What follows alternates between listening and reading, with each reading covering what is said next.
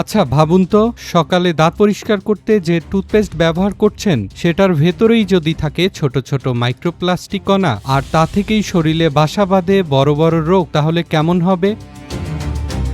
নতুন এক গবেষণায় বাংলাদেশের বাজারে বেশ কিছু পরিচিত টুথপেস্ট নিয়ে উঠে এসেছে এমনই উদ্বেগজনক তথ্য। পরিবেশ ও সামাজিক উন্নয়ন সংস্থা USDOR এর এক গবেষণায় এ তথ্য উঠে এসেছে।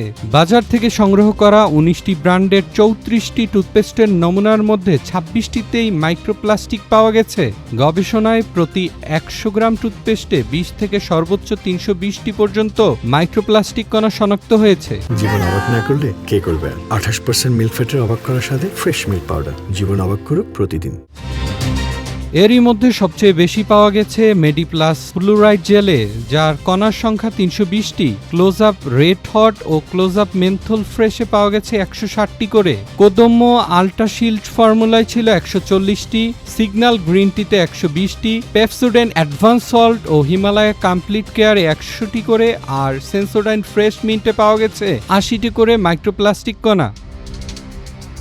শুধু বড়দের টুথপেস্টে নয়, শিশুদের জন্য তৈরি পণ্যেও মিলেছে মাইক্রোপ্লাস্টিক। কোদম্য আল্ট্রাশিল্ড ফর্মুলায় 140টি, মেরিল বেবি স্ট্রবেরিতে 60টি, মেরিল বেবি অরেঞ্জে 40টি এবং পেপসোডেন কিডস অরেঞ্জে 20টি করে কণা শনাক্ত হয়েছে। তবে সব নমুনায় এমনটি পাওয়া যায়নি। Zen fresh, Parachute just for baby mango এবং Close Up red hot zinc fresh technology সহ 8টি নমুনায় কোনো শনাক্তযুক্ত মাইক্রোপ্লাস্টিক পাওয়া যায়নি।